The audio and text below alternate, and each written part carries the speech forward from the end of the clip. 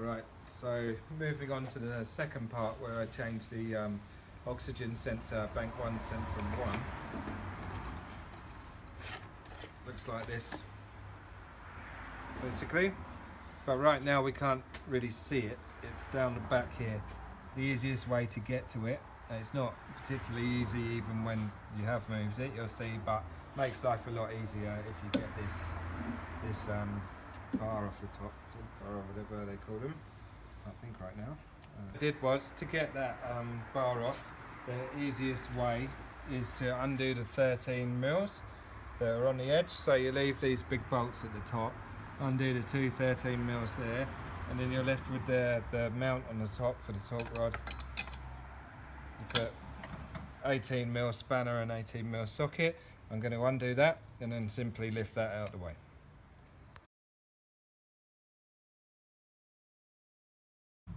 Alright, so now I'm going to get to the oxygen sensor. I personally have an oxygen sensor socket that I use. They're not particularly cheap, but it should help me a lot. And then I've got a long extension bar. Just trying to move down now to where it is, probably quite hard to show, but at the back of the engine, it is that one. Closest one to the passenger side or the left side of the vehicle, so where my hand's touching there. We need to get that off now, so I'm going to try get the socket onto the sensor, and I'm just going to try to get it undone now. It's slipping round because there's aircon pipes there which make it a bit more challenging. I'm trying to...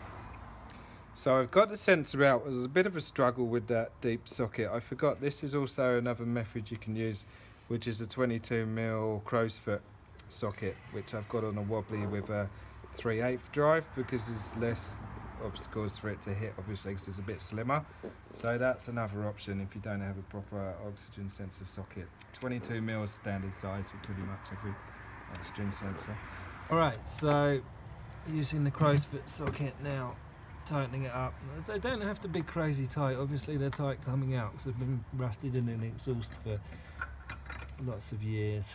But yeah, good firm nip, unless you want to read the torque settings.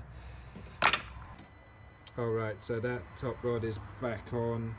The rubber cap is back over the end of the thread on the engine mount bolt. I forgot to mention, you just need to flick that off. There's also a clip that I had to swap over on the plug of the Bosch sensor off the Volvo sensor. It just flicked over, and then I could plug the wires securely up on the back there. It's no point in me trying to show you because it's just dark and tight down there. If you have a scan tool, now's the time to turn the ignition on and erase the oxygen sensor codes if you wanted to. We just run the engine straight away, the code's gone, but it will be stored there, so we're just going to clear it